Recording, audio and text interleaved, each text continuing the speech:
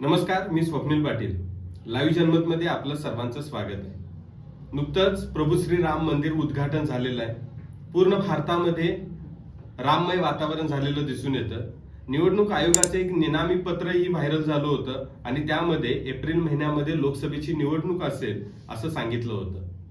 एप्रिलमध्ये लोकसभेची निवडणूक असेल आणि त्याच वेळेला रामनवमीही असणार, याचा पूर्ण इम्पॅक्ट त्या निवडणुकीवर पडणार का आणि त्या सर्वाची पार्श्वभूमी ही कोल्हापुरात कशी असेल हे आपण या व्हिडिओमध्ये पाहणार आहोत. पश्चिम महाराष्ट्रातील कोल्हापूर जिल्हा हा नेहमी प्रवाहाच्या विरुद्ध असा मानला जातो, कारण जे भारतात होतं, जे महाराष्ट्रात होतं त्याच्या बरोबर उलट कोल्हापूरच्या राजकारणात आजपर्यंत झालेलं दिसून येतं. कोल्हापूरचा आणि लोकसभेच्या कोल्हापुरातला इतिहास जर पाहिला तर आपल्याला असं दिसून येतं की महाराष्ट्र स्थापनेपासून कोल्हापुरात जवळपास 15 लोकसभेच्या निवडणुका झाल्या. या निवडणुकीमध्ये सुरुवातीपासूनच काँग्रेसचं वर्चस्व राहिलेलं दिसून येतं. 1977 मध्ये शेतकरी कामगार पक्षाचे खासदार झालेले. त्यानंतर सलग 5 वेळेला उदयसिंहराव गायकवाड हे कोल्हापुरातून काँग्रेसमधून खासदार राहिले होते. 1998 ते 2014 पर्यंत सदाशिवराव मंडलिक हे कोल्हापूर लोकसभेमधून खासदार होते. सुरुवातीला राष्ट्रवादी काँग्रेस, त्यानंतर काँग्रेस आणि त्यानंतर अपक्ष असा त्यांचा प्रवास एकंदरीत राहिलेला दिसून येतो. देशाच्या राजकारणामध्ये 2014 ची निवडणूक ही एक ऐतिहासिक निवडणूक झाली होती, कारण संपूर्ण भारतात नरेंद्र मोदी यांची लाट होती. पण याच वेळेला कोल्हापुरात झालं नेमकं उलट, कारण कोल्हापुरात राष्ट्रवादी काँग्रेसकडून रिंगणात होते धनंजय महाडिक आणि पूर्ण भारतात नरेंद्र मोदींची लाट असतानाही कोल्हापुरात मात्र धनंजय महाडिक हे निवडून आले. 2019 ला संजय मंडलिक हे खासदार झालेले आपल्याला माहितीच आहे.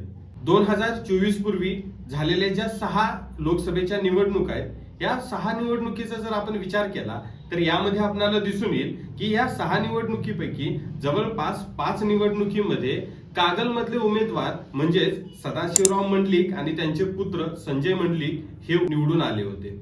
म्हणजे एकंदरीत काय, कोल्हापूर लोकसभेमध्ये वर्चस्व किंवा किंग मेकर ठरणारा एखादा तालुका जर विचारला तर तो तालुका ठरतो कागल, कारण कागल जे ठरवेल ते खासदार असं काही अंशी आपण यातून म्हणू. मध्यंतरी बऱ्याच राजकीय उलाढाली झाल्या आणि त्यानुसार बरीच समीकरणं बदलली गेली. महायुती आणि महाविकास आघाडी असे दोन्ही मातब्बर नेते आता परस्पर एकमेकांच्या विरोधात असणार आहेत.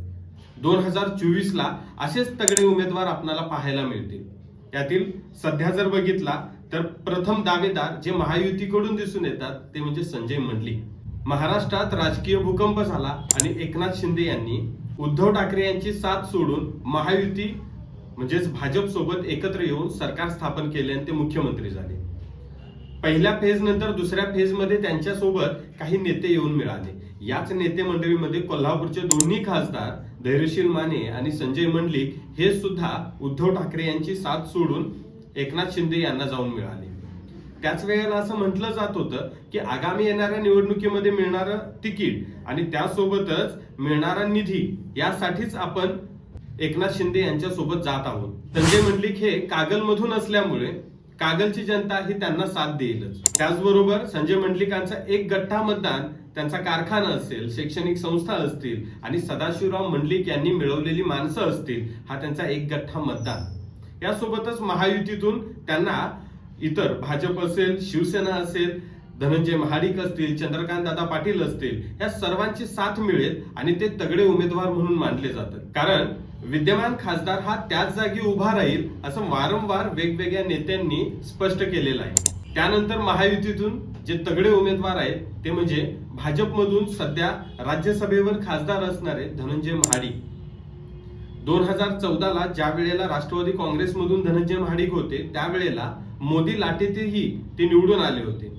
त्यानंतर न भूतो न भविष्यते अशी राज्यसभेची निवडणूक झाली आणि त्यामध्येही धनंजय महाडिक हे निवडून आले आणि सध्या ते राज्यसभेवर खासदार आहेत. जर पक्षांनी सांगितलं तर तेही या निवडणूक रिंगणात उतरतील. एकंदरीत या लोकसभेमधून ते यापूर्वी खासदार होते.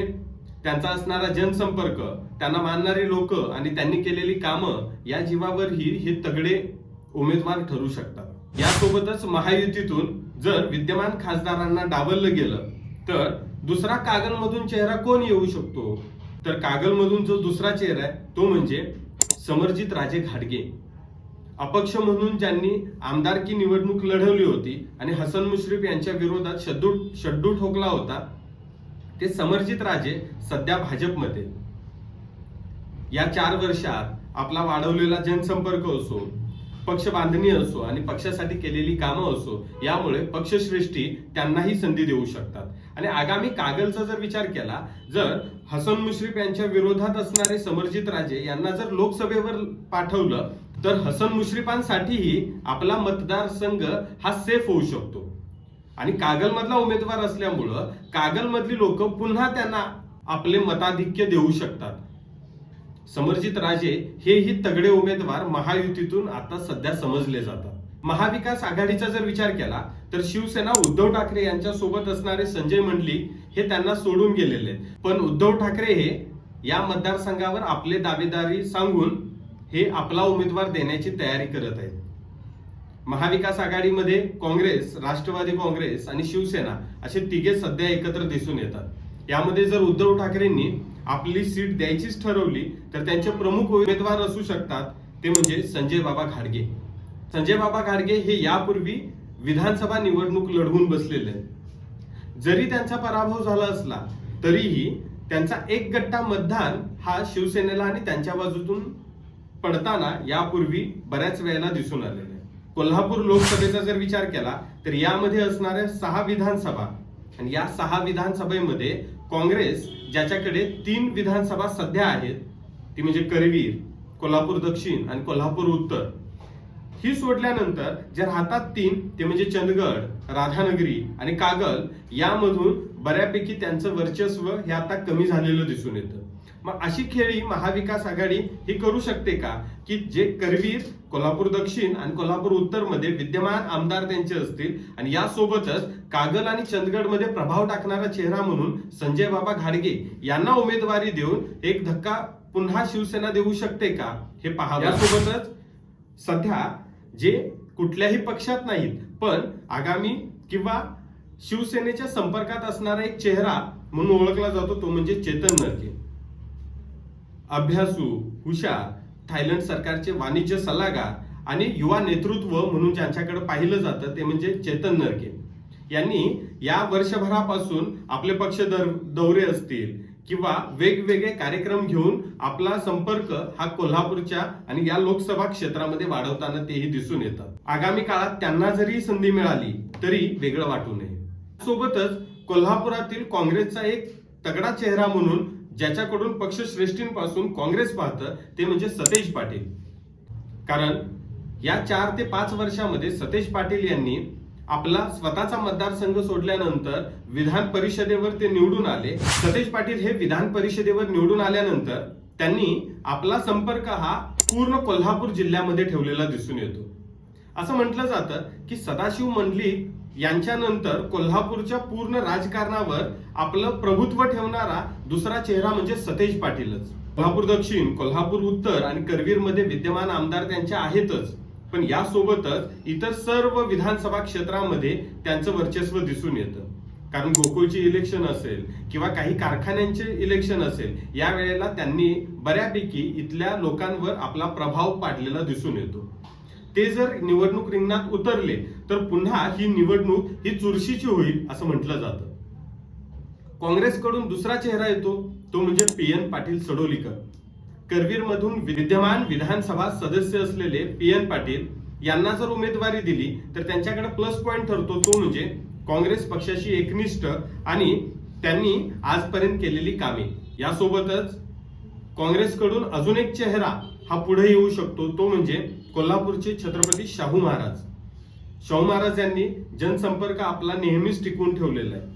शाहू महाराज हे निवडणूक रिंगणात उतरले तर पुन्हा नव्यानं एक वेगळं राजकीय समीकरण आपल्याला इथं दिसून येतं.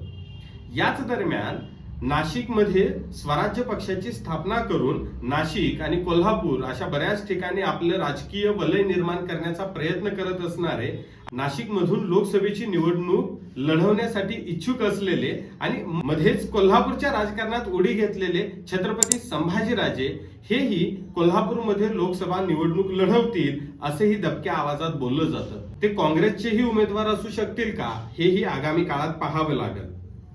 जर संभाजीराजे यांनी काँग्रेसमधून निवडणूक लढवली किंवा ते वैयक्तिक जर उभा राहिले तर त्यांचा इम्पॅक्ट किती पडेल हेही पाहावं लागेल. एकंदरीत काय, सध्या कोल्हापूरच्या लोकसभेमध्ये वेगवेगळी आघाडी किंवा वेगवेगळ्या नेत्यांची रस्सीखेच आपल्याला दिसून येते. हा व्हिडिओ तुम्हाला कसा वाटला हे नक्की सांगा. यासोबत आपण हातकणंगले लोकसभा याचाही आढावा आपण यापुढे घेणार आहोत. तर नक्की भेटू आपण पुढल्या व्हिडिओ वेळी. धन्यवाद.